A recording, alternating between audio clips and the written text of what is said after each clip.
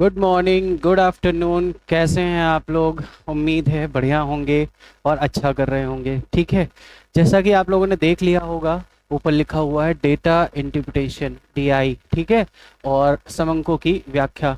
तो भाई एक चीज आपको पता होगा कि डीआई जो है वो ऐसा कोई एग्जाम नहीं है, चाहे वो सेंट्रल का एग्जाम हो और चाहे वो स्टेट लेवल का एग्जाम हो। ठीक है, कोई भी लेवल का आप एग्जाम दीजिए, आपको डीआई के क्वेश्चन तो मिलने ही मिलने हैं। ठीक है, किसी किसी एग्जाम में 2 से 3 क्वेश्चन, किसी किसी में 5 और किसी किसी में तो 20-20 क्वेश्चन भी आ जाते हैं। ठीक है, 20 का मतलब 5-5 के सेक्शन, 3-3 के सेक्शन में डिवाइड होके आते हैं। मतलब पूछे 20 जाएंगे, 5 जाएंगे या 3। 3 से कम नहीं आते, 2 भी हो सकते हैं कभी कभी। ठीक है, तो हर एग्जाम में देता ही देता है ये नंबर, और ये नंबर होते हैं बिल्कुल फ्री के। ये नंबर क्या है? बिल्कुल फ्री के हैं। अब आप सोच रहे हैं सर कैसे? देखो भाई, बड़ी आसान सी बात है कि डीआई में क्या आता है। क्या डीआई कोई अलग से हमारा टॉपिक है क्या, या पर्टिकुलर कोई फॉर्मूले हैं यहाँ पर? तो भाई ऐसा कुछ नहीं है। डीआई क्या है? डेटा है हमारे पास, उसको कैसे क्या पूछा जाएगा, है ना, ये सारी चीजें हैं। तो चलिए हम लोग थोड़ी बात करते हैं कि आखिर डीआई में क्या क्या चीजें पूछी जा सकती हैं। ऐसा कोई रॉकेट साइंस नहीं है ये। ठीक है, बहुत आसान चीजें हैं। चलिए देखिए क्या क्या आता है डीआई में।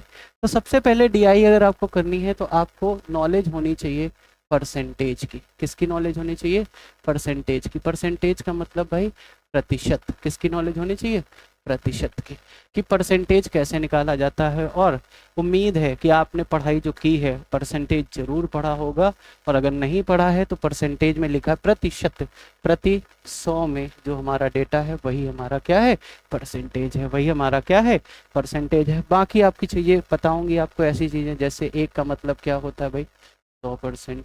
मैं मान के चल रहा हूँ कि ये आपको आता होगा 200%। अगर ये 3 होता है तो 300%। ऐसे ही 1/2 की बात करें तो कितना परसेंट? 50%। 1/3 की बात करें तो 33.33 या 33 सही, 1/3 या 33.33%। इस तरह से 1/4 क्या होगा भाई? 25%, है ना। तो इस तरह से चीजें आपको पता होंगी, और इन्हीं सब चीजों का हम लोग यूज करने वाले हैं। तो सबसे पहली चीज आपको क्या आनी चाहिए? परसेंटेज। फिर बात करते हैं भाई अगली बात। अगला क्या पूछा जाता है सर इसमें? दूसरी चीज में जो इंपॉर्टेंट होती है वो होती है एवरेज। क्या होती है? एवरेज। एवरेज क्या है सर? एवरेज को कभी कभी इसी में समांतर माध्य नाम से दे देते हैं। समांतर माध्य। ठीक है, अरिथमेटिक मीन। एवरेज कह लो, समांतर माध्य कह लो, या कभी कभी कहता है भाई औसत। क्या कहता है? औसत। तो औसत निकालने का तरीका आपको पता है? बिल्कुल पता होगा। हाँ, फॉर्मूला बोलिए। पदों का योग बटे पदों की संख्या। बहुत बढ़िया, पदों का योग बटे पदों की संख्या, ये आप सबको आता है। ठीक है, लेकिन स्मार्ट तरीके से हम लोग यहाँ पर करने वाले हैं। इससे हमारा क्या निकलता है? एवरेज निकल के आ जाता है। ठीक। अब एवरेज में डायरेक्ट क्वेश्चन ऐसा नहीं आएगा कि आपको कोई डेटा दे दिया गया तो पूछा जाएगा कि बताओ एवरेज क्या। नहीं, अब एवरेज में भी क्या है? एवरेज में कुछ इस तरह के सवाल पूछेंगे। हो सकता है आपसे पहले वो एवरेज निकलवाए। ठीक है, कहेगा एवरेज निकालो। एवरेज निकालने के बाद जो डेटा दिया गया है, कितने डेटा ऐसे हैं जो एवरेज से ज्यादा हैं, कितना डेटा ऐसा है जो एवरेज से कम है, ऐसा भी सवाल आ सकता है। या हो सकता है आपसे ये पूछ लिया जाए कि जो ज्यादा है और जो कम है उनका अनुपात क्या होगा, उनका क्या अनुपात क्या होगा। कुछ इस तरह के क्वेश्चन भी पूछे जा सकते हैं। तो ये रिलेटेड किससे है भाई? एवरेज से। चलिए तीसरा क्या पूछा जाता है? हाँ, तीसरी जैसे मैंने बता ही दिया वहीं पर। यहाँ पर एक इंपॉर्टेंट चीज और है जिसको बोलते हैं रेशियो। क्या बोलते हैं भैया? रेशियो। रेशियो में भी आपसे कुछ चीजें पूछ ली जाती है अनुपात से रिलेटेड। ठीक है, ये भी आपको आना चाहिए। चौथी और सबसे इंपॉर्टेंट बात। ठीक है, अब रेशियो का मतलब देखो, वैसे भी आप अगर समझते हो तो रेशियो का मतलब होता है कंपैरिजन। क्या होता है भाई? कंपैरिजन। कौन ज्यादा कौन कम। ठीक है, तो इस तरह का भी सवाल बन सकता है। और सबसे जो इम्पोर्टेंट पॉइंट है पांचवा, जिसको आप बोलते हैं सबसे कठिन चीज है, वो है कैलकुलेशन। क्या है भैया? कैलकुलेशन। अब देखो भाई, डीआई है, डीआई में डेटा बड़ा होगा, बहुत छोटे छोटे डेटा नहीं आने वाले हैं। ठीक है, बहुत आसान डीआई आ गई तो बहुत छोटा डेटा मिलेगा, या डायरेक्ट क्वेश्चन हो जाएंगे 2 सेकंड 3 सेकंड में। और अगर वो कैलकुलेशन कराना चाहता है एग्जामिनर आपसे, देखो बहुत स्मार्ट हो गया है, तो अब वो कैलकुलेशन करवाता है और आपको लगता है कि बहुत टफ चीजें हैं, बहुत ज्यादा कैलकुलेशन है, इसको हम बाद में करेंगे, कभी कभी आप स्किप कर देते हैं और पता चलता है बाद में कि सर टाइम नहीं बचा हमारे पास। तो टाइम कहाँ बचेगा? ठीक है, तो डीआई की कैलकुलेशन इंपॉर्टेंट होती है। अब देखिए भाई, जब कैलकुलेशन बैठते हैं तो जब तक आपके पास कुछ टूल्स नहीं होंगे, टूल्स का मतलब क्या है सर? टूल्स का मतलब है कैलकुलेशन को सॉल्व करने के हमारे पास कुछ तरीके होते हैं, ठीक है। उनको अगर यूज नहीं करोगे तो हाँ थोड़ी सी मुश्किल होगी जरूर डीआई में, ऐसा नहीं कि नहीं होगी, ठीक है। तो कोशिश करते हैं कि कुछ टूल्स आप थोड़े बहुत सीख लीजिए, है ना, कुछ काम करिए। जैसे पहला टूल, कभी कभी क्वेश्चन जो हमारा होता है भैया यूनिट डिजिट से हो जाता है। यूनिट डिजिट का मतलब क्या सर? इकाई अंक। इससे भाई इकाई अंक, अभी देखिएगा मैं लगा के भी दिखाऊंगा, ऐसा नहीं कि आपको सिर्फ बता रहे हैं इकाई अंक, ठीक है। कभी कभी सवाल में हम लगाएंगे भाई डिजिटल सम, डिजिटल सम। सर ये क्या है? तो इसको भी पढ़ाएंगे, ठीक है। कभी कभी हम यूज करेंगे सवालों में अप्रोक्सीमेशन। क्या यूज करेंगे भैया? अप्रोक्सीमेशन। मतलब हम जब देखेंगे कि ऑप्शन हमारे बहुत दूर दूर है तो हम लगाएंगे क्या? अप्रोक्सीमेशन, कि लगभग इतने के आसपास, ठीक है। डेटा हमारा उसी के आसपास निकलेगा जाके, हम पूरी कैलकुलेशन को अवॉइड करने की कोशिश करेंगे। जितनी भी कैलकुलेशन हम लोग करेंगे कोशिश करेंगे कि अवॉइड करने की कोशिश की जाए, कि पूरी कैलकुलेशन हमको ना करनी पड़े। फिर और एक चीज और आनी चाहिए, कैलकुलेशन का एक टूल और होता है, आपको अगर ये याद है तो बढ़िया है, टेबल्स। टेबल्स क्या होते हैं सर? पहाड़ा। बचपन में हम लोगों ने इग्नोर तो कर दिया था, लेकिन आज काम आएगा। अगर पहाड़े आते हैं तो कैलकुलेशन आपकी ठीक रहेगी, ठीक है। अब कुछ बच्चों को आता है सर, हमको तो केवल 10 तक आता है, 10 नहीं 12 तक, सर 13, बहुत बच्चे कहेंगे सर 19 तक, ठीक है। लेकिन आपको मेरे हिसाब से 40 तक का अगर टेबल याद है तो थोड़ा बहुत आसानी होगी, और उस बच्चे से आप आगे होंगे, यकीन मानो उस बच्चे से आगे होगे जिसको 19 तक का या 18 तक का या 13 तक का आता है ना।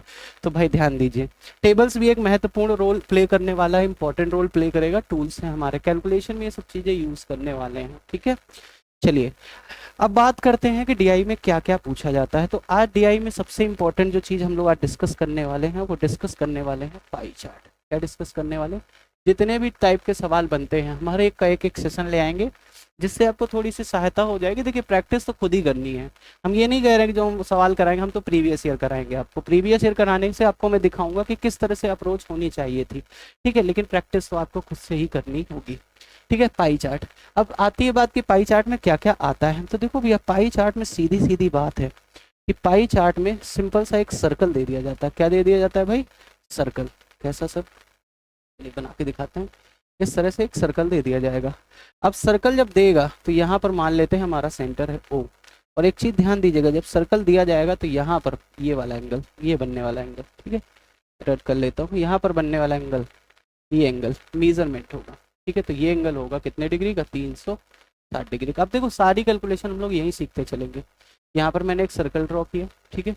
सर्कल का जो पूरा एंगल होता है वो कितने डिग्री होता है? 360।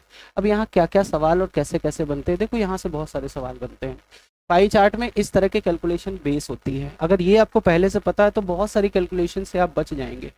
देखो वैसे जब हम इस तरह का बनाते हैं तो 360 दिया जाएगा, और अगर डिग्री नहीं दिया जाएगा तो फिर दिया जाएगा परसेंटेज। क्या दिया जाएगा? परसेंटेज। और किसी भी सर्कल का परसेंटेज हमेशा मान के चलेंगे कितने परसेंट? 100%। कितना मान के चलेंगे? 100%। तो इस चीज को आप ध्यान दीजिएगा, ठीक है। तो दिख रहा होगा उम्मीद है यहाँ तक, ठीक है। चलिए तो परसेंटेज, अब हमें क्या है, कभी कभी पेपर में डायरेक्ट इनके कन्वर्जन पे सवाल आ जाते हैं। कैसे सर? आप ध्यान दीजिए, यहाँ पर 360 डिग्री को हम मानते हैं कितना परसेंटेज? 100%। अगर 10 दोनों तरफ से हटा दें तो ये इंपॉर्टेंट है, 36 डिग्री कितने परसेंट के? 10%। और अगर इधर से भी 0 हटा दे तो 3.6 डिग्री कितना हो जाएगा? 1% के। और ये बड़ा काम का है, ध्यान दीजिएगा। दूसरा, अब देखिएगा 36 का अगर मैं डबल कर दूं 72 डिग्री, तो 10 का 20%, ठीक है। ऐसे 36 को 3 गुना कर दें 108 डिग्री, इनको तो आपको बिल्कुल रट लेना है, 30%, ठीक है। 36 का आधा इंपॉर्टेंट है 18 डिग्री, कितना होगा? 10 का आधा 5%। 5%, 10%, 20%, ये आपको याद होना चाहिए। 1% का मान भी आपको पता होना चाहिए, ठीक है। डायरेक्टली कन्वर्जन्स पे क्वेश्चन आते हैं, ठीक है, इस चीज को ध्यान देंगे। अब देखो 18 के मल्टीपल्स बहुत सारे बन सकते हैं। अब 18 5 पे है, मतलब 5 के मल्टीपल, 18 दूनी 36 कर दोगे तो 5 दूनी 10, 18 54 कर दोगे अगर 54 डिग्री। तो अब निकालने थोड़े ना बैठेंगे, 5 का 3 गुना कितना हो जाएगा भैया? 15%। 18 चौको 72 डिग्री अगर कर दें तो, वैसे 72 लिख चुका हूँ लेकिन 4 गुना, 5 में 4 गुना 20%।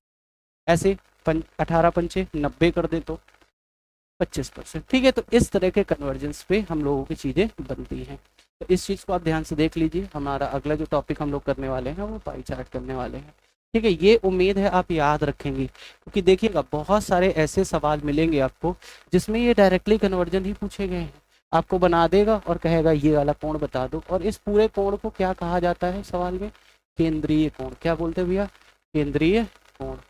ठीक है, तो केंद्रीय कोण पूछे जाते हैं आपसे, तो इस चीज़ को आपको ध्यान देना पड़ेगा। ठीक है, तो उम्मीद है आप समझ में आ गया होगा क्या क्या चीज़ें बनने वाली हैं। ये हमारा थोड़ा सा एक ओवरव्यू था कि क्या क्या सवाल हम लोग बनाएंगे और किस किस तरह की चीज़ें हम लोग करने वाले हैं। ठीक है, तो चलिए फिर आज हम लोग शुरू करते हैं। पाई चार्ट के हमारा प्रीवियस ईयर हमारे पास क्वेश्चन हैं जो एग्जाम में आए हुए हैं।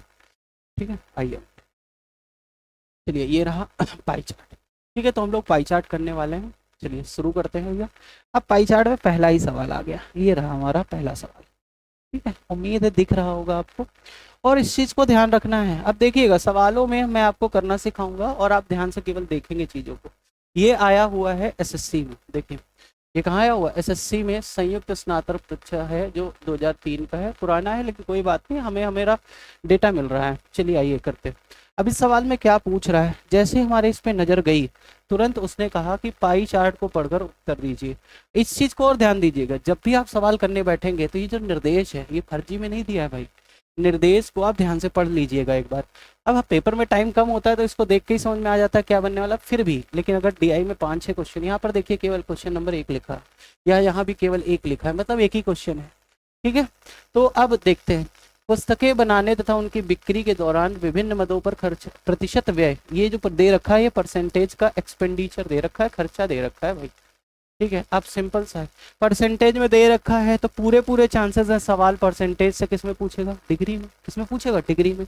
अब देखिए 35% ये दे रखा है छपाई, कागज की लागत 10%, विविध एक्सपेंडिचर है कितना? 4, रॉयल्टी कितना है? 15%, विज्ञापन पर कितना है? 18, जल्दसाजी और कटाई के लिए 18 डिग्री। ठीक है, 18%। तो अब सवाल सीधा सीधा कह रहा है कि कागज की जो लागत है उसका केंद्रीय कोण बताइए। अब देखो कागज की लागत कितना है? 10%, और अभी बताया था 10% का मतलब कितना होता है? 36 डिग्री। कितना होता है भैया? 36 डिग्री, और सवाल का आंसर आ चुका है। बहुत ज्यादा खर्च नहीं करना समय आपको।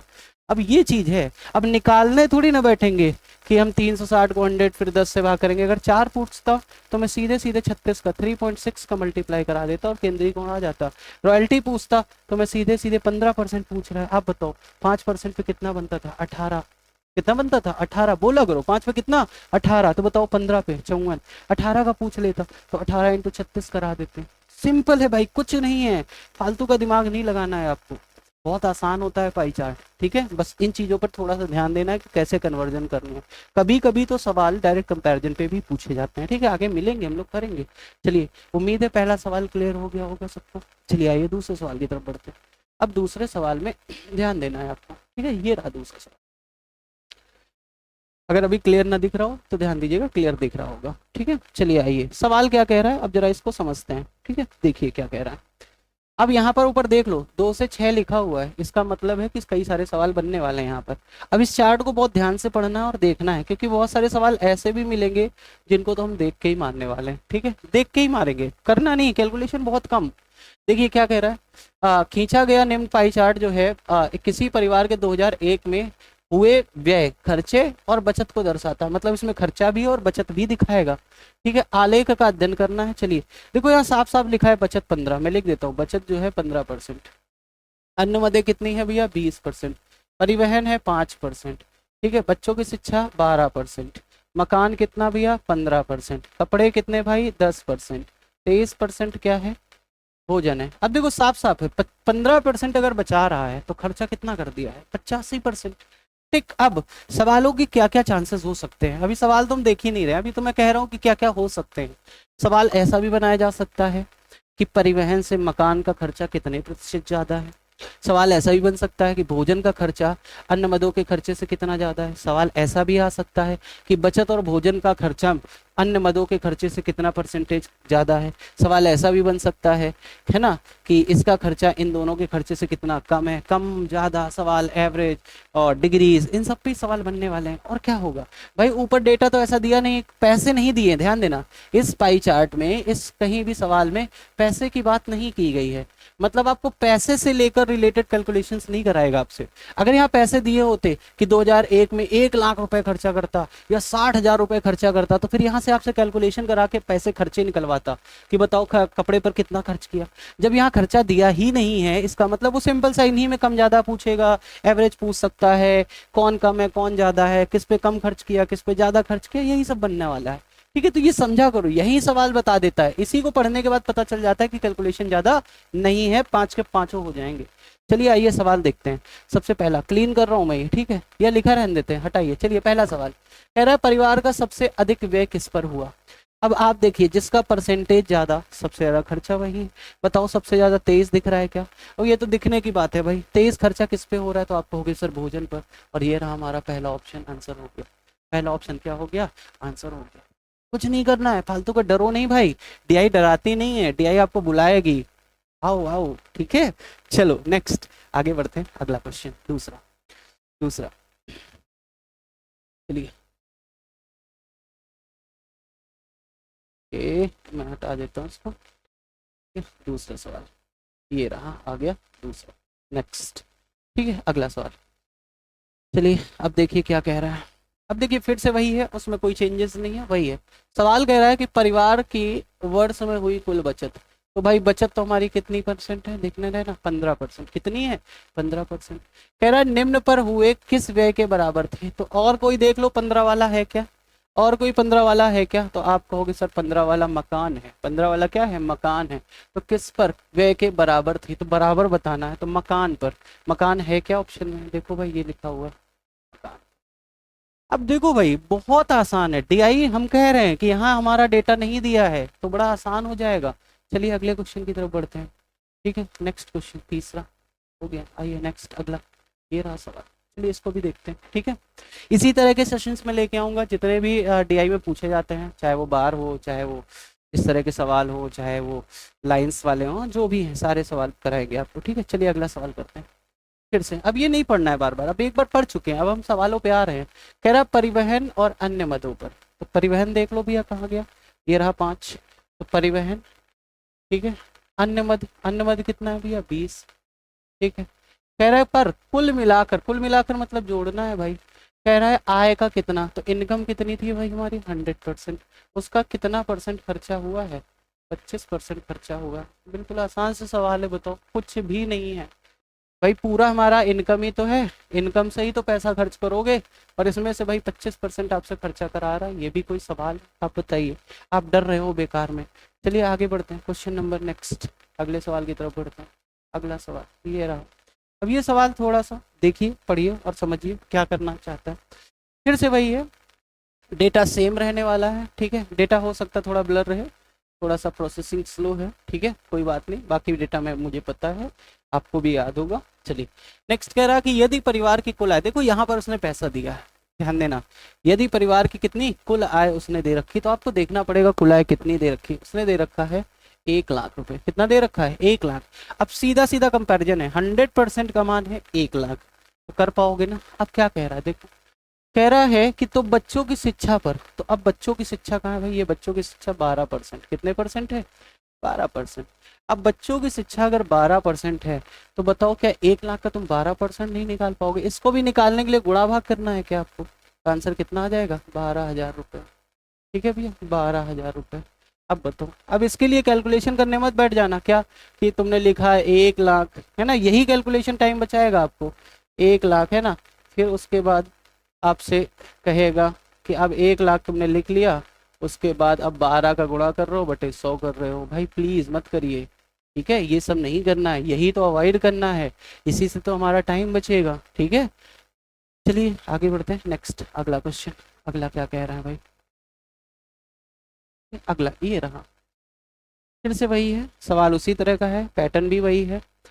सवाल पैटर्न और सब एक जैसा दे रहा है तो फिर ज़्यादा टेंशन ही नहीं लेनी है। देखिए क्या कह रहा है, कुल आय फिर से उसने कितनी दी है? 1 लाख रुपए। कुल आय कितनी दी है? 1 लाख रुपए।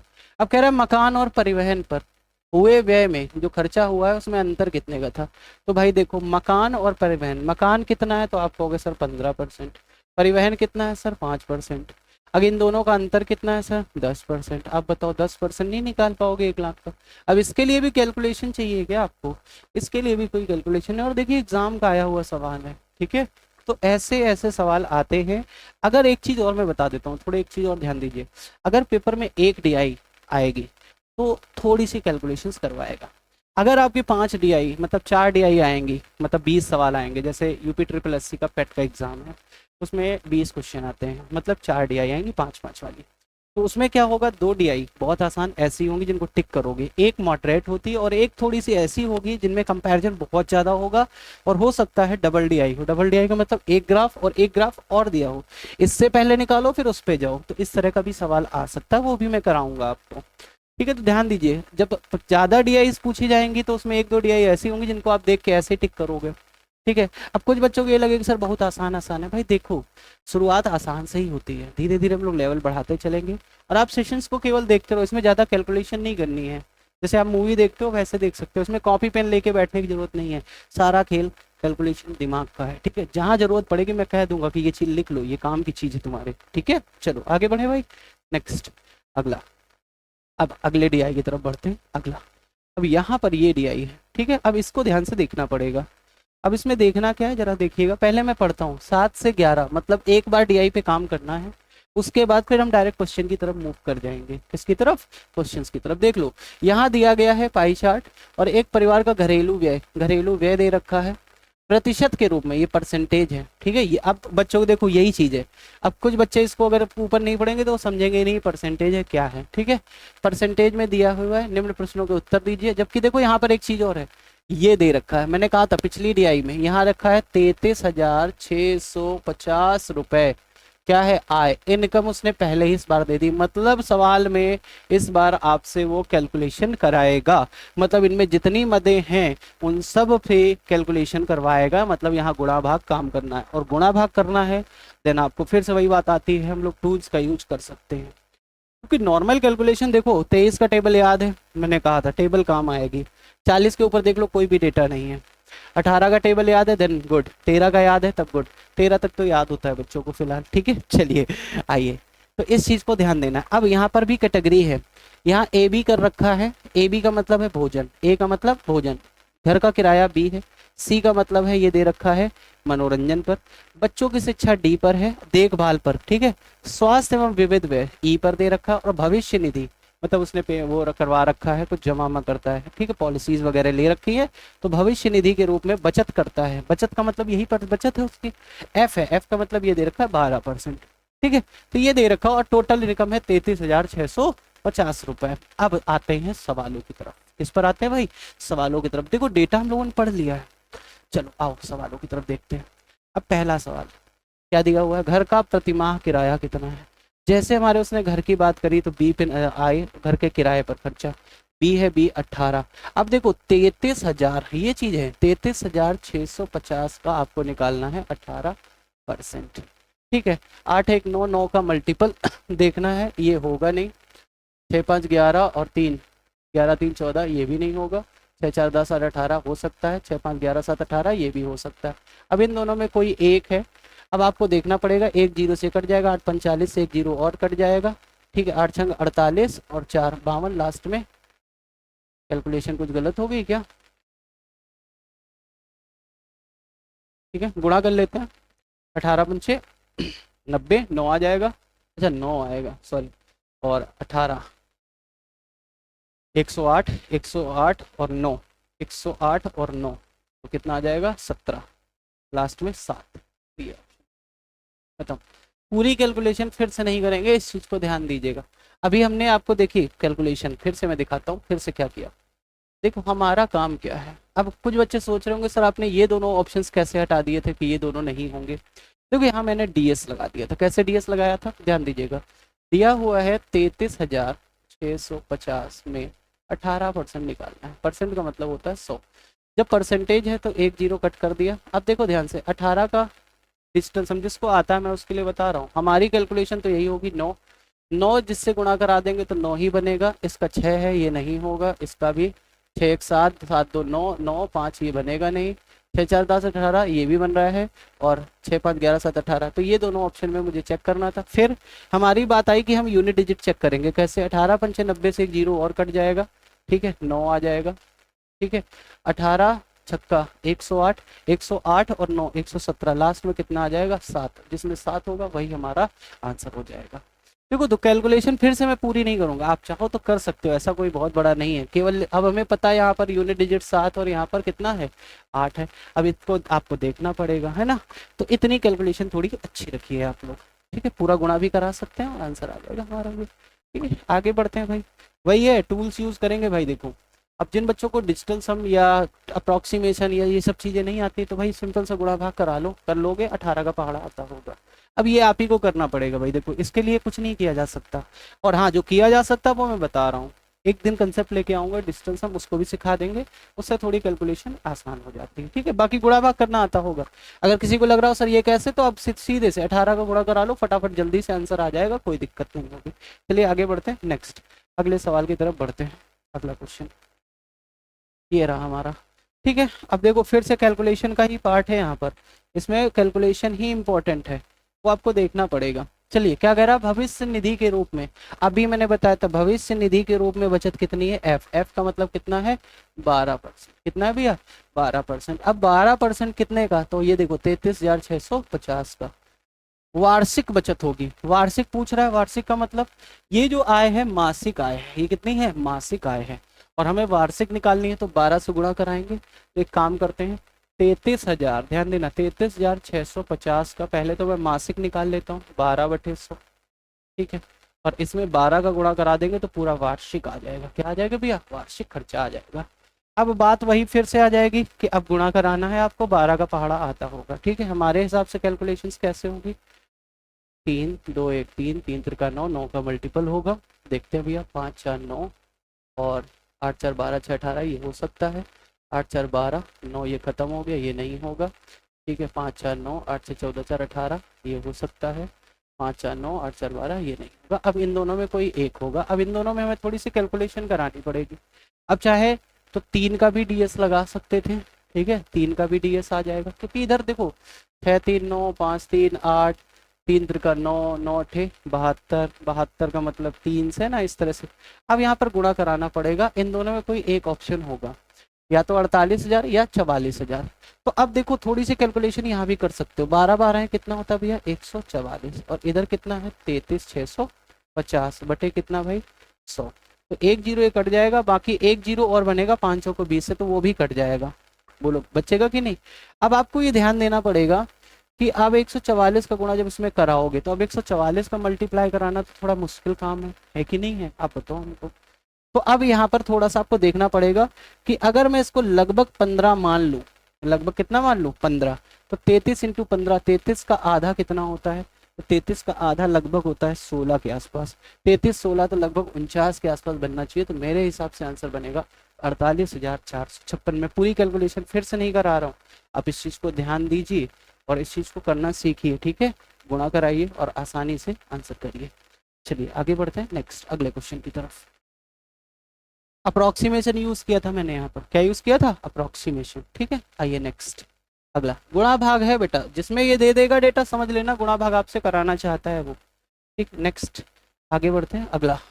अगला क्या कह रहा है भाई, देखो ये 2004 का है। अब भविष्य निधि के रूप में बचत, भविष्य निधि के रूप में बचत कटौती और घर के किराए की राशि के भुगतान के बाद परिवार की मासिक सकल आय क्या है। अब देखो भविष्य निधि, भविष्य निधि एफ है, एफ निकलेगा।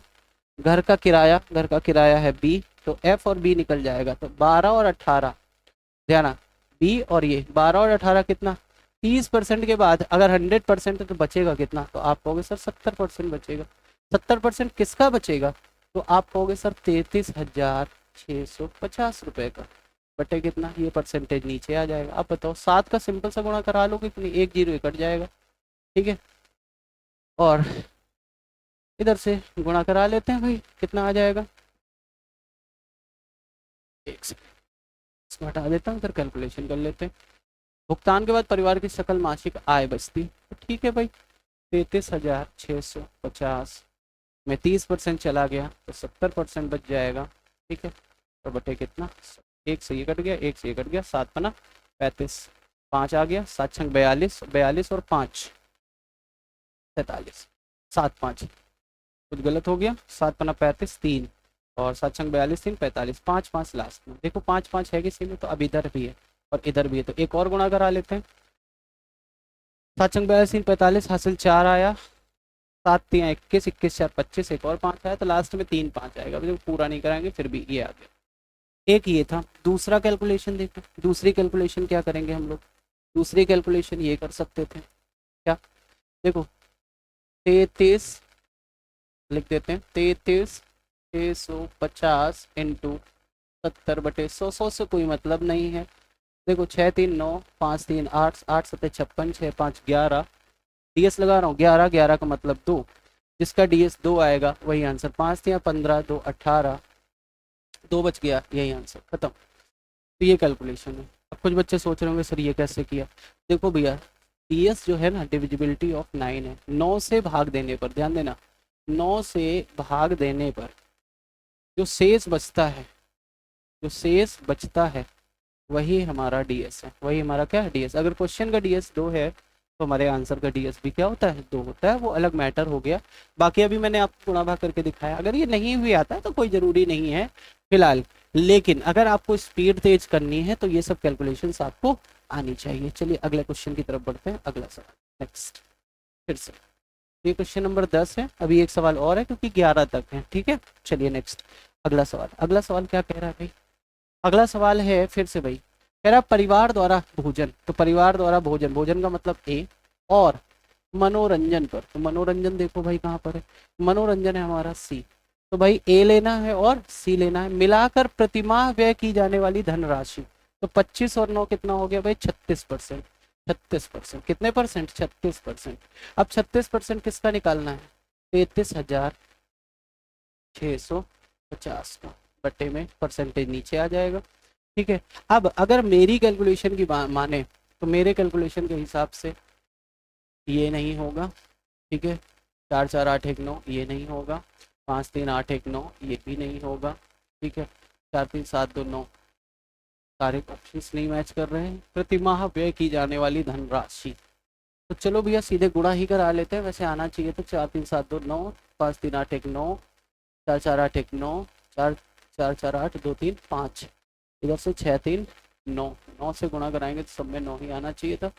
चलो भाई कोई नहीं, आइए देखते हैं हम लोग कुछ गलत तो नहीं हो रहा, देख लेते हैं फिर से।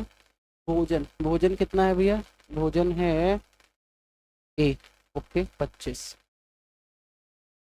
25 9, यही तो मैं कह रहा हूँ गलत हो रहा है ना, मनोरंजन 34 आ रहा है, 25 और 9 34 आएगा। अभी मैं कहूँ कैलकुलेशन कैसे गलत हो रही, 34 कितने का, 33,650 का बटे में 100, ये करना है गुणा, ठीक है। एक जीरो से कट जाएगा, एक जीरो और कट जाएगा, ठीक है। चाहे तो गुणा भाग करा लीजिए, या 6 3 9 5 3 8, 4 3 7 8 से 56, 6 5 11, 11 का मतलब 2। अब देखो यहाँ पर 4 3 7 2 9, 2 बच गया, ये हो सकता है आंसर। इधर देखो 5 3 8 1 9, 5 3 8 1 9, 3 बच गया, ये नहीं होगा। इधर देखो 4 4 8 1 9, 3 2 5, ये नहीं होगा। 4 4 8 1 9 2, ये हो सकता है। इन दोनों में कोई एक होगा। अब इन दोनों में कोई एक होगा तो हमको यूनिट डिजिट चेक करना है, एक या लास्ट में कितना, 2। और अप्रोक्सीमेशन लगा नहीं सकते, क्यों, देखो ध्यान से, 11,432 और 11,441, तो अब गुणा कराना ही बेहतर है हमारे लिए। तो अब गुणा कराना कैसे सर, 34 इंटू 3 3, ठीक है। अब इसका गुणा ही करा लो, ज़्यादा सही है। यूनिट डिजिट कराना है, देखना ध्यान से, 3 3 6 5 जीरो और बटे कितना, 34 और बटे 100, ये जीरो कट गया। अब देखो गुणा कराएंगे, 4 पंचे 20, ठीक है। 34 का अगर गुणा 3 5 15, 4 5 को 20, 170 आएगा, 170 का जीरो आ जाएगा, लास्ट में कितना आ जाएगा, 17 आ जाएगा।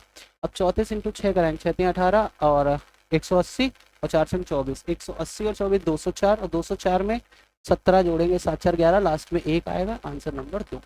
आंसर नंबर कौन सा, 2। देखो सारा खेल कैलकुलेशन का है, आप किस अप्रोच से जाना चाहते हैं, कौन सा अप्रोच करना चाहते हैं। चाहे तो आप यूनिट डिजिट पे देख सकते थे, 2 5 1 3, यहाँ से भी काम हो जाता कि हमारा यूनिट डिजिट सबका अलग अलग है, केवल लास्ट डिजिट पे काम कर लो। फिर डीएस में देखा कि 2 डीएस हमारे सेम सेम आ रहे थे, तो इसलिए डीएस यहाँ पर नहीं लग पाया, लेकिन 2 ऑप्शन तो उसने हटा ही दिए, ठीक है। अब यहाँ पर हमको यूनिट डिजिट अगर यहाँ भी कहीं एक होता तो, लेकिन कम से कम ये ऑप्शन तो हम ऑब्लिटरेट कर देते, है ना। इस चीज को थोड़ा समझना पड़ेगा कि किस तरह से सवालों को हम लोग करते हैं। तो डीआई बहुत कठिन नहीं होती है, डीआई में थोड़ा बस कैलकुलेशन का पार्ट अच्छा होता है, और साथ में आपको चीजें समझनी होती है। क्या ऐसा देखिए, बताइए क्या रॉकेट साइंस अभी तक आया है ऐसा कुछ कि आप नहीं कर सकते थे? ठीक है, चलिए अगला सवाल देखते हैं। अब देखो ये भी सवाल में बढ़िया है, ये भी सवाल क्या है, बढ़िया है। ठीक है, अब यूनिट डिजिट यहाँ लगाने की कोशिश मत करिएगा, देखो सब में लास्ट में 5 लिखा हुआ, ठीक है। ये तो ये मुश्किल करेगा ये थोड़ा सा। अब दशमलव में भी आ रहा है, मतलब गुणा भाग है, सिंपल सा। अब सवाल क्या कह रहा है, कह रहा है यदि बच्चे ना होते। अच्छा एक बात बताओ, अगर बच्चे ही नहीं होंगे तो जो ये बच्चों पे शिक्षा और देखभाल पर खर्चा है, ये बचेगा कि नहीं बचेगा? सिंपल है कि नहीं। कह रहा बच्चे ना होते, तो ये चीज ध्यान देनी है, बच्चे ही नहीं होंगे मतलब डी वाला जो सेक्शन है 23%, ये बच जाता पूरा पूरा। तो कह रहा है सम्मिलित करके प्रतिमाह परिवार की बचत राशि क्या होती। तो भाई अब यही हमारा है कि भैया ये जो हमारा खर्चा है 23%, ये हमारा क्या होगा, बच जाता। भविष्य निधि के रूप में बचत है। अब भविष्य निधि में क्या है, तो भविष्य निधि में आपको देखना पड़ेगा कितना, 13% का, कहाँ गया एफ, है ना, एफ 12, और ये 23% और बच जाएगा। तो 12 और 23 अब जोड़ लीजिए 37%, कितना भैया, 37%, यही हमारी बचत होगी। अब 37% निकालना है कितने का भाई, तो ये निकालना है 33,650 का 37%, सही है ना। 23 ये बचेगा और 12 ये, बस 2 है ना बचत, बचत एक ये है और ये भी नहीं होगी, तो 23 और 12 35%, कितना हुआ 35%, तो ये बचत होगी हमारी 35%, और बटे में कितना 100। अब गुणा भाग करा लेते हैं और आराम से सवाल हो जाएगा। चलिए इसको गुणा करके देखिए कितना आ रहा है भाई।